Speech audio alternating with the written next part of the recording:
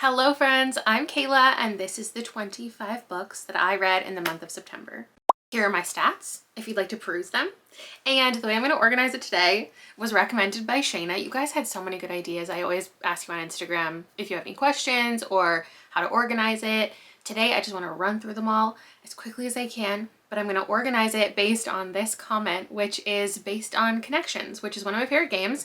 I play it all the time with my members in live shows. We do reading sprints, we read, we play games. We read again, we play games. And the idea of Connections is to create concepts. So like there are a whole bunch of things and they belong in different groups. And some words feel like they can belong in different groups. So it's trying to categorize them all correctly. And since I have exactly 25, I could make 5 groups of 5. And I thought it'd be fun for you to guess all of the categories. So I'm gonna put up my board of the 25. And they're already in their categories, you just don't know what the categories are. So rather than you trying to group them and figure out what goes with what, because you could come up with a million things of your own, I've already put them into categories. I want you to guess what the categories are. I'll give you a couple hints. One has to do with genre. Listen, sometimes Connections are really easy. Like some of them are super easy categories. And then there's a purple category that's the most difficult. So one of them has to do with the covers. One of them has to do with the titles. One of them's a genre. That's what I'll give you. Now that you've put down your guesses, which are probably accurate, I will go through everything. The first category, the easiest, is genre. These are all romance books. There is one more romance up here, but I guess I could also categorize this as 3-star romance. So if you happen to guess that, then you win. I was working on a little romance project behind the scenes. I got tired of it before I completed it and everything was 3 stars and I don't care anymore. I didn't even vlog 2 of these books. I gave up. So let's talk about what they're about. This is The Kiss Countdown by Etta Easton. This I would most recommend for fans of Emily Henry. I feel like it has really similar character vibes and writing style. We have a girl who goes to a cafe one day and listen, some of these I read months ago. I'm gonna do my best. She runs into her ex-boyfriend, I think, and she wants to pretend like she has a boyfriend and she's moved on. So she grabs this random guy and he turns out to be an astronaut and they go along with this fake dating plan because both of them have reasons why it could be successful. There's a lot of lying to parents and I usually like fake dating when like more people are in on it. It pretty much checked off every romance trope that it could. There was only one bed. They had to take care of each other when they were sick. It was a relationship of convenience, and it got a little too serious for me. I wanted it to be fun. I wanted the banter to last, but it was more seriously romantic than rom-com to me. There are these stakes involved because he's about to leave on a trip to the moon, so that increases everything. The relationships with parents are explored. It was a more serious romance than what I wanted. Then I have Only for the Week by Natasha Bishop, which is one that I read the longest ago because I wanted to read something set on vacation because I was on vacation. And this one takes place in Tulum. We're following a woman whose ex-boyfriend is now marrying her sister. She has completely moved on, like she's chill, but everyone thinks that it's so much more serious than it is. And there's a lot of drama between siblings and parents, and she just wants to move on. She just wants to have fun on this trip, getting ready for this wedding. And so she ends up sleeping with the best man. And it is their romance. It's very high in steam. This one was a little bit steamy from what I remember. This one was consistent steam, so if you're looking for that, definitely delivers. And this man is just very committed to her from the beginning. It's very insta-love, but also it's just what everybody deserves. Like you want to be happy for her, and you are. It's just a nice light romance, but it wasn't fun, it wasn't funny. It was just like steamy and romantic. I picked up The Truth According to Ember by Danica Nava. This was delivering the rom-com at the beginning, and I thought this was gonna be like the win of the video, but by then I had stopped filming the video. I ended up giving it a 3.5. This main character is a very interesting person to follow. She lies a lot, but it's for the greater good. She wants a better life for herself. She doesn't get certain opportunities when she decides to lie on a job application saying that she's white instead of native. She also lies about her job experience. She lies about a lot of things. And along the way, she meets this IT guy who also works at this company, and they just fall for each other. And it's another one where he is just in from the beginning. He's just ready to go. He's nothing but soft and attentive to her. It's exactly what she deserves.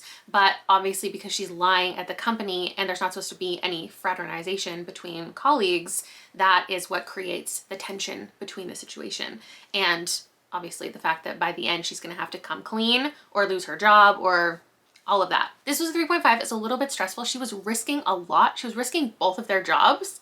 And I wanted it to continue being like, I wanted to go wackier because I thought at the beginning it could, and it didn't quite get there for me. Next up, I have the Rom-Commers by Catherine Center.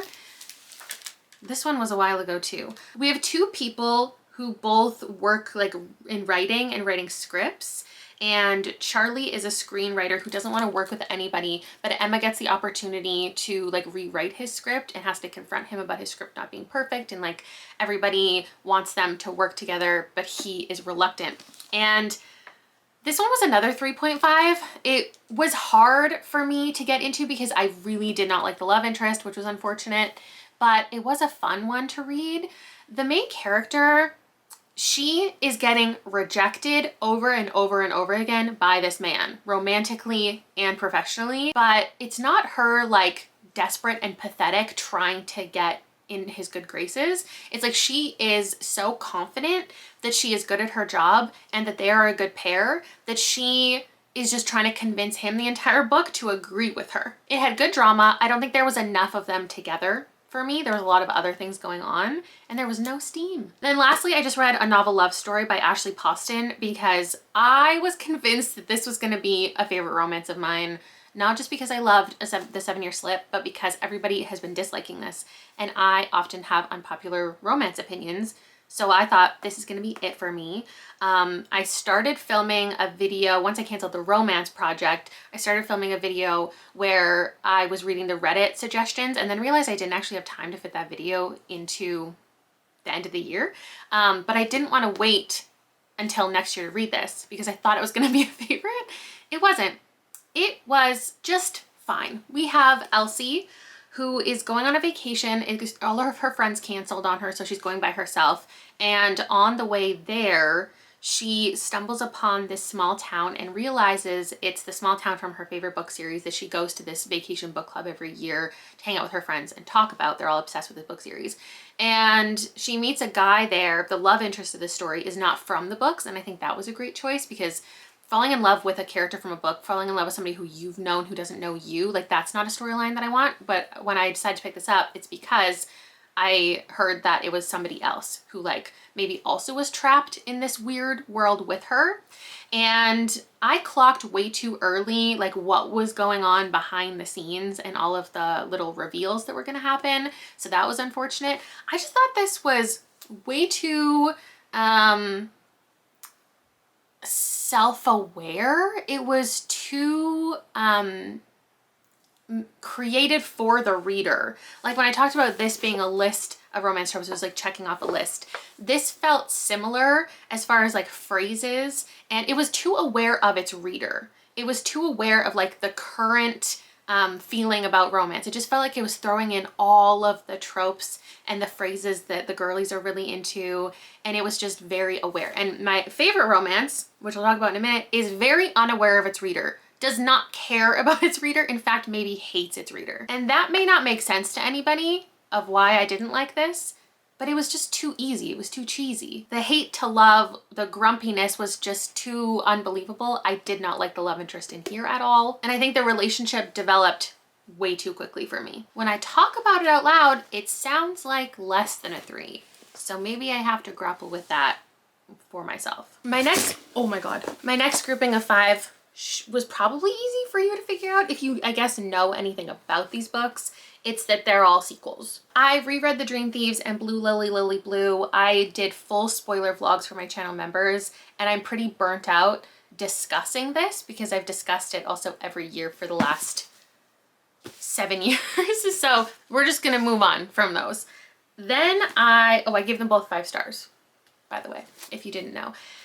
Then I read Zapped and the Zinnias by Dale Meyer, the final book in a 26 book cozy mystery series where the first book starts with A, Arsenic and the Azaleas, moves through all of the letters. We landed on Z. This is one of the worst series finales I've probably read. However, I do acknowledge that I didn't read the rest of the series. So I'm giving it a 1 because having not read anything else, this book didn't give me any semblance of the idea that there has been any other growth within the 20 odd other books. So I don't think my issues with this are unfair, because we're following Doreen as she moves to town. She's leaving behind an old relationship and she finds like a new dead body every week and she solves those. But in the first 3 books as well as this one, so I'm assuming the rest of the series, but I'm also not reading the rest of the series, so it doesn't matter. I just think she's not a good sleuth and she shouldn't have been the star of the series, because it's one thing to accidentally stumble upon a body and stumble upon evidence and stumble upon the killer like one time, but the fact that it's happened 4 times now, and it also ended the series with that exact same situation, it feels lazy. So I don't think Doreen has grown as a person, and that's crazy for that many books. She hasn't gotten better at investigating, even though apparently people are hiring her to do that. They're hiring her to accidentally overhear conversations. She doesn't even like know where she's going or what she's doing. She just overhears people confessing to things. And then she starts this like flirtatious relationship with a police officer in the first book, and in this book, 26 books later, you've spent with this couple. They're not even officially a couple. Like, clearly they're interested in each other, and sure, it takes a long time to move on, but like, this is a series.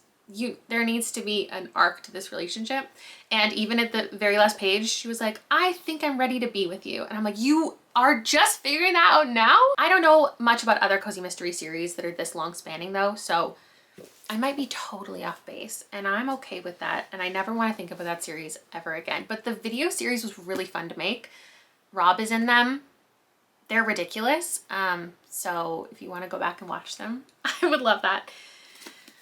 The King's Men by Nora Sakovic. The only reason I read this is because Rob and I are doing these monthly members game nights where we play code names. It's really fun. I encourage you to participate and join. I'll put a link down below because we're doing another one in just a couple days. And we're making bets apparently during these live shows that whoever wins, him or I, we get to control a book that each other reads. I don't think I actually signed up for that, but people were very invested in me reading this because he picked it at total random, like not even knowing my history with the series. Very strange. This is about a group of characters. I read the first and second book in 2020, and I think I definitely could have done myself a service by rereading them. It's been a long time. I don't care about any of these characters. I gave the first book a 2, the second book a 3. Maybe if I reread them, I could have given this higher, but I did not care. We have Neil. He is playing a violent game called Xe, and he is in danger. There's people after him. He has a dark past, and it's like this found family story. I want to be invested, and I just can't. I can't find it. I want to so badly, but I gave this one a 2. I can't even talk about the plot. I just like flew through it. I was like, what am I reading? One thing I will say, bringing it from 1 to a 2, is the gameplay. Like, the sport is so much a part of these books, and I love that because I always say in sports books there's not enough sports. This one, you learn about everything. Like, you're actually in the game and they're talking about what they're gonna do in the next period or whatever, and everything that's going on. So I like that. I don't like much else. I see how other people do. Then I read Vilest Things by Chloe Gong. Oh, brother. I know you all came for me last year. Was it last year or the year before, when I loved Immortal Longings? And I stand by that because I reread it. It wasn't just, I read it the first time and I loved it. It's about this game of 88 players. Is it 88 players?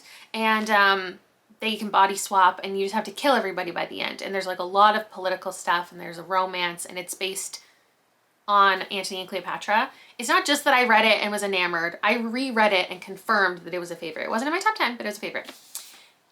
The sequel I thought was going to be great. And I feel like I don't think I could call this romantasy, but when I read the first one, I wanted to call it romantasy. the next book in a romantasy series is either more fantasy, more political, or more romance. And I assumed this one was going to be more romance. I was wrong. This is so political, and in fact, I was confused for a lot of this book. I was rereading it for days. I couldn't figure out why I was so confused, and I still don't know why I'm so confused. I don't know if it was the writing, I don't know if it was me, but I was lost. Like, I didn't know what was happening. I didn't know why anybody was doing anything. I didn't understand the political maneuvering.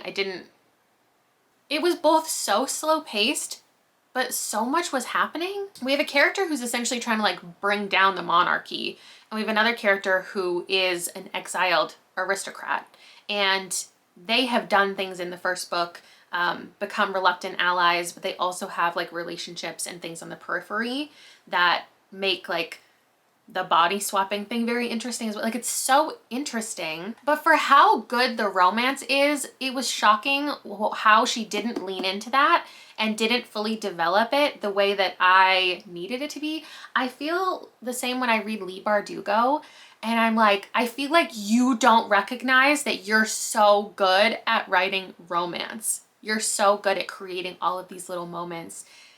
You need to write just an epic romance. And I thought this could be an epic romance. Also, I don't know at what point I mistook this for a different series. I thought for sure this was a duology. So when I was reading through this and I was lost and I was like, what the fuck? I was like, at least it'll end in a really great, conclusive way.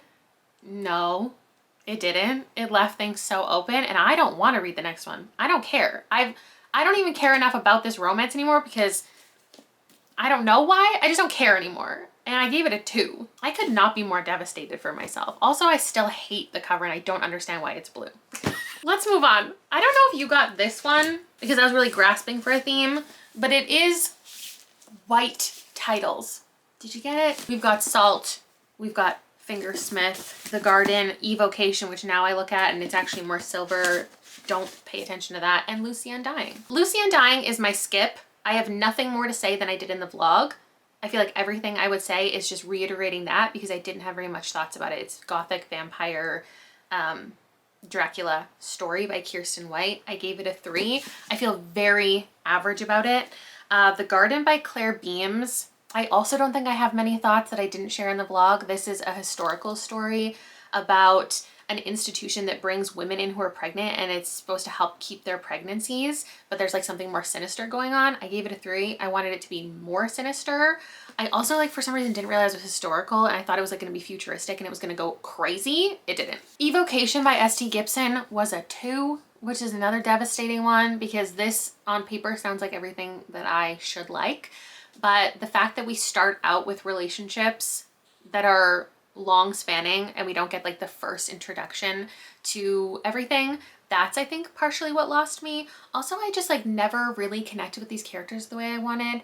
And also, yes, it's like secret society, magic, mediums, but it didn't go as in depth with that. And this should have been in itself part of a series. Like, the first 100 pages could have been an entire 300-page book by itself.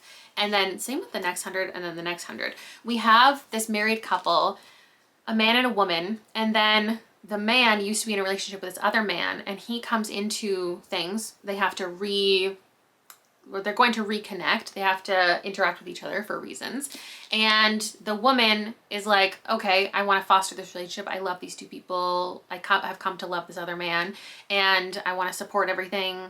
And then they all realize maybe they could all be together. But the actual story and like the possession and the society where we have one of the men who's going to become like the head of it, it all happened so fast. And he was like, oh, my time at the society's been so difficult. And I don't feel like I read his time at the society. And I get that it's about the relationship and not really expanding on all of the magical stuff. Maybe future books in the series could do that, but I didn't enjoy my time. Fingersmith was a 5. And what I'll say about it being a 5 is I only had 2 5 stars this month, like brand new 5 stars. Neither of them are favorites of all time. Like, neither of them are gonna be favorites of the year. They felt like, in the moment, for sure, respected their 5s, but I also don't feel like immense passion for either of them. Fingersmith is interesting because I don't really like books about deceit. I don't love books where you're following like a spy or a thief. And I think I need to do a video. Maybe I don't have anything planned for October for like sit down casual Wednesday videos. What I was thinking about doing is a 2-part series where I talk about things that I love in books and their exceptions, and then things that I hate in books and their exceptions, because I've done things I love and hate, but I also want to talk not just about the trope itself, about the books that fit into that and the ones that I don't end up loving or do end up loving when I shouldn't, and like how I feel like I got there, to do a little bit of investigation about my own reading. If you have any ideas about how to make that video, like how to expand it, or things you'd want me to talk about, let me know. Because even in my reading this month, I'm pinpointing a couple things that just seem odd for me. So we have a girl who was orphaned. She's been raised by this woman, and there's a couple people who live there that they know that participate in thievery. And there's this man who has this plan to marry this woman, but he has to get approval from like her uncle. I think it's her uncle. And so he wants our main character, Sue, to come with him and like be this girl's maid. She's never been a maid before, and just insert herself into this life and help convince her that he is the man for her so he can get all of the riches, and he's going to share it with Sue and her like family, the family that she has found and created. But once she gets there, the girl that she's supposed to betray, they start this like different kind of relationship, friendship, and the plan goes awry for many different reasons. There's a couple different reveals in here that made it very interesting to read. After the first like 100 pages, I really just fell in love with the story and the historical vibe of it. It's gothic and not something that I saw myself loving, but I did. And the last one in this category is Salt by Mark Kurlansky. This is a history of salt. I love books like this. I love, not like when I picked this for the year that I picked it for, trying to find a 5-star for every year I've been alive, I saw people questioning like, why would I pick that? This is totally something that I would give 5 stars. Just a nonfiction book about something that I don't know anything about. That is totally for me. When someone has a passion for something, wants to share their knowledge. I was hooked for the first 2/3 of this. If you watch the vlog, you understand why, and you can learn all about it there. I have a lot of critiques about the way that he told this story and where he inserted his own opinion. And I ended up not liking it very much by the end, but I still gained a lot of knowledge. So I'm giving it a 3.5. I feel like that's a fair place to land. This is a combination of information. Like it's a collection of information. He has read a bajillion other books about salt and learned about salt and then just compiled everything. This is not well written and well organized, and there's nothing that I believe he experienced or went out of his way to like interview or find out on his own that would have made this a more unique experience. I just think it was a collection of information, and it's valuable in a lot of ways. Now this category, my second last category, was about titles with nature or earthly items within the titles. Again, there's a couple other ones that could have fit in here, but this is what I created because we have Valley in this Wretched Valley. We have Valley again with Boys in the Valley. We have They Fell Like Stars from the Sky, Stars and Sky. Eynhallow is actually an island, so there's that. And then The Shadow of the Wind. Wind. Let's start here. This was my other 5-star. This is a very beloved story. A lot of people have been telling me to read it for forever. I'm glad that I finally did. It's about Daniel. He is a young boy when his father brings him into this library and tells him to pick any book. And he picks a book called The Shadow of the Wind, falls in love with it, falls in love with this author and his writing. But the author is very elusive. Don't know anything about him. Trying to find information about him is difficult. Trying to find any other books by him is difficult.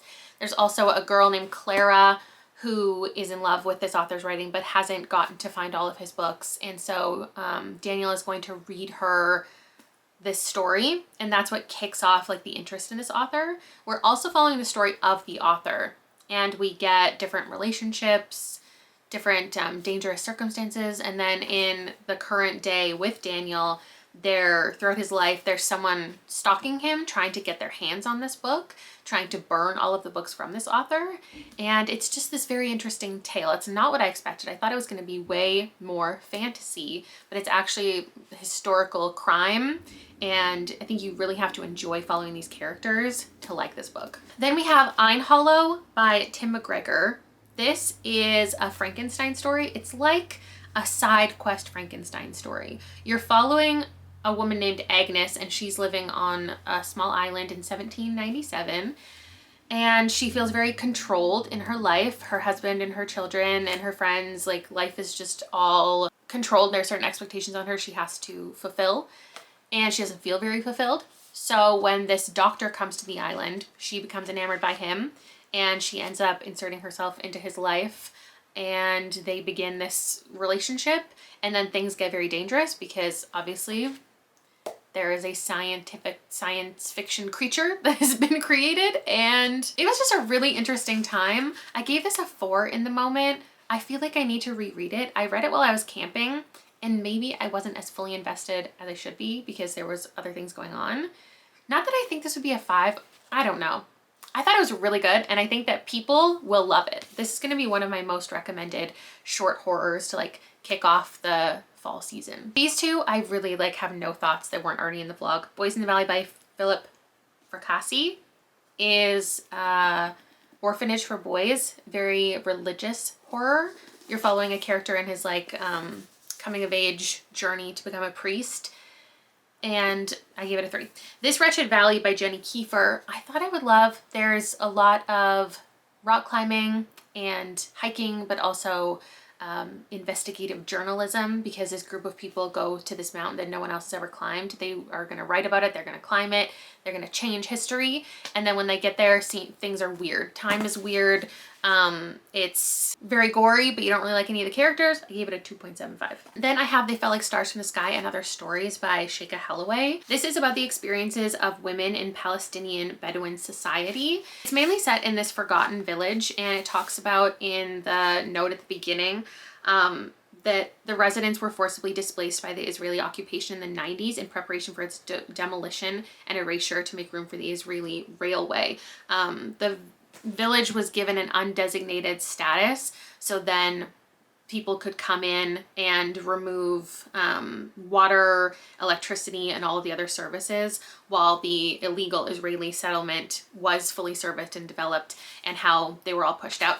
This is very intimate stories. It's not a larger look at the area and the occupation and displacement in general. It's about the women experiencing and challenging the cultural and societal practices.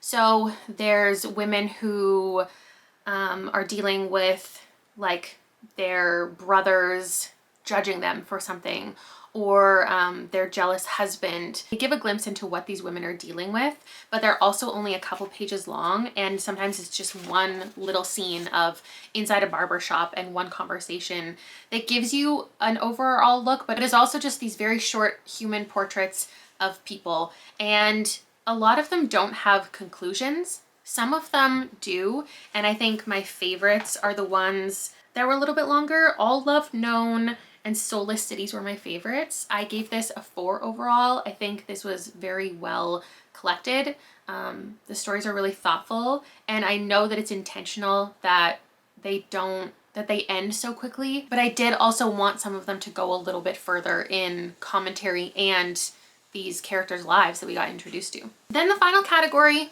my purple category, is insufferable characters, which do also get featured in other books here, but these are some of the most insufferable characters that I have read. Just books full of people you don't like, not just main characters, but like everybody. I guess I'll start with Lapvona. This is by Ottessa Moshfegh, and it takes place in a medieval town, and there is a young boy who has been abused. His mother, we don't know, he doesn't know what happened to her. His father is not a good person, and he ends up going and living somewhere else with someone else who's not a good person, and spending time with a local midwife, not a good person to read about. They all just feel like weird. They all just feel like they're just disgusting things constantly happening. But I will admit, when I picked this up, I thought it was just one of those books that people talk about that are sick for the sake of being sick. There is actually a plot to follow. There's a lot of religion talked about, exploiting people for their religious beliefs. There's a lot of relationships to explore, and there is a lot of just like disgusting stuff. There's sexual violence. There's a lot of bodily fluids, there's suffering and weird stuff, and it does feel like an overall pointless book. I don't understand the point of it. I don't get it. I gave it a 2, and I don't have to like characters to like a book. So that was just for other reasons. Proof that I don't have to like characters to like a book. This was a 4.5. Magnolia Parks by Jessa Hastings is a book that doesn't care about its reader. It is just like, we're supposed to understand this relationship to be the epitome of love, and we want these people to be together because it's a romance book. We have BJ and Magnolia, and they have been friends or together for their entire lives. Recently they've broken up because they're terrible people. They've done terrible things to each other. They treat each other terribly, the way they speak to each other, but they want to be together, and they are good together, I guess. And they're still sleeping in the same bed every night and talking about everything, but they're also sleeping with other people and in relationships with other people. And it's just a very superficial life that they're living. They're rich and wealthy, and their life is relatively easy. Or it could be if they didn't decide to go down destructive paths. The writing of this is great. I love how the way these people know each other, and all of the scenarios that we get into with like the other love interests. And I was just completely hooked the entire time. I know this isn't for everyone, and people reading this who hate it, and they're like, oh, this TikTok book. Everybody hates this stupid TikTok book. And I guess I'm one of you. Next up, one I did not care for, My Husband by Maud Ventura. I guess like this is about people who are obsessed with each other, who want to be together, but there's a lot more going on than just the internal obsession. I love internal obsession books where you're just in the ramblings. A woman's just talking, stream of conscious, like whatever comes into her mind, she is obsessed with something, getting something, feeling something. This is the same, but it's just an obsession with her husband. And I did not care. I did not care at all. I didn't like being in her head. I didn't like her husband. I didn't like anything that was going on. She is obsessed with like just, I don't even know how to explain it. Thinking that her life is perfect, having everything that she's ever wanted. Her husband is perfect. Her husband knows everything. She should never question him. But maybe he's leaving subtle hints that he actually hates her or wants to divorce her, and she is punishing him. But in very like small ways that only she would really know. Like she isn't kissing him before he leaves for work one day, and she's like, that'll teach him. And then he leaves the shower on a certain temperature, and she's like, oh, he's leaving me a message that he despises me. And I didn't like it, and I didn't like the characters. Despicable. I gave it, what did I give it? I think I gave it a 2 because it was very readable. So there's that. Then there's Haunt Sweet Home by Sarah Pinsker, which isn't like deplorable, unlikable, oh my god characters. It's more apathetic characters. They're ones that you just don't connect with. Because they don't care about anything, you don't care about anything. You're following this woman who has no real direction in life, and she ends up working on this reality TV show with her cousin where she is responsible for faking hauntings. So it's a renovation and ghost hunting show, and she has to go in and pretend things are happening, make ghosty sounds and stuff. And it's very short, so there's not a lot of time to explore, but it is a true haunted story. If you're looking for a proper haunting, it does exist in here. It's just not as like deep and descriptive and interesting because it's in such a short amount of pages. And I feel like a short horror like this has to have more of an oh my god twist, like crazy moment, and this didn't have that. So it was good, but it was a 3. Lastly, I have Brat by Gabrielle Smith. I think this book doesn't know how to market itself, and therefore neither do I, because it says a ghost story, and I don't think it's a ghost story. People will say it's a haunted house story. I don't think it's really a haunted house story, but it's also, I don't know what else to say about it. I think I might be convincing myself this is a 4.5, because if I call it a 5, I have to spend the rest of the year defending this book, and like nobody likes this book. people are talking about how terrible this book is, and everybody told me how much I was gonna hate this book. I love this. I had such a good time. The writing is just so delectable, and this character is so unlikable. It's mind-boggling. What even is the plot? Okay, it says Gabriel's skin is falling off. His dad is dead. He owes his editor a novel. His girlfriend won't answer his calls. Tasked by his horribly well-adjusted brother while clearing out the family home for sale, Gabriel's sanity quickly begins to unravel. Okay, so it's a cosmic, I don't even want to call this horror. I just feel like it's cosmic. It's a cosmic literary novel where this man doesn't know what to do with his life. He doesn't care about anything. His skin is peeling off, and that has to do with stuff. And then he finds a manuscript. There's various things to read in this book that aren't the book. There's like manuscripts and books and stories within the book, and all of those are kind of reflecting his current situation with his skin peeling off. And there are like these plants he discovers in the house that are kind of taking over. It is as equally disgusting and pointless as Lapvona. But for some reason, this was so for me. And I think it comes down to the writing and just the stories within the stories, and that it feels very meta and very cyclical. I'm gonna try to find a better way to describe this, hopefully, in my quarterly update, where I'm gonna have to talk about it again because maybe I'm convincing myself it's a 5. This was such an interesting time, and it really aligns with some weird things that I've liked before, but I also understand people absolutely hating this. Oh, also it's very short. And you're just in this guy's mind who you don't like. You're not gonna like him. Don't go into it thinking, I'll understand. No. Yeah, that's a weird way to end the wrap up, but that's everything that I read in September. I had ups and downs. Even if I'm calling this a 5, I can't call this an all-time favorite because it was like a little too odd to be a top favorite of all time, but definitely a memorable one for the year. Anyway, I will see you later. Thank you so much for watching. Let me know if you're gonna read any of these now or not. And I'll see you in the next one. Bye.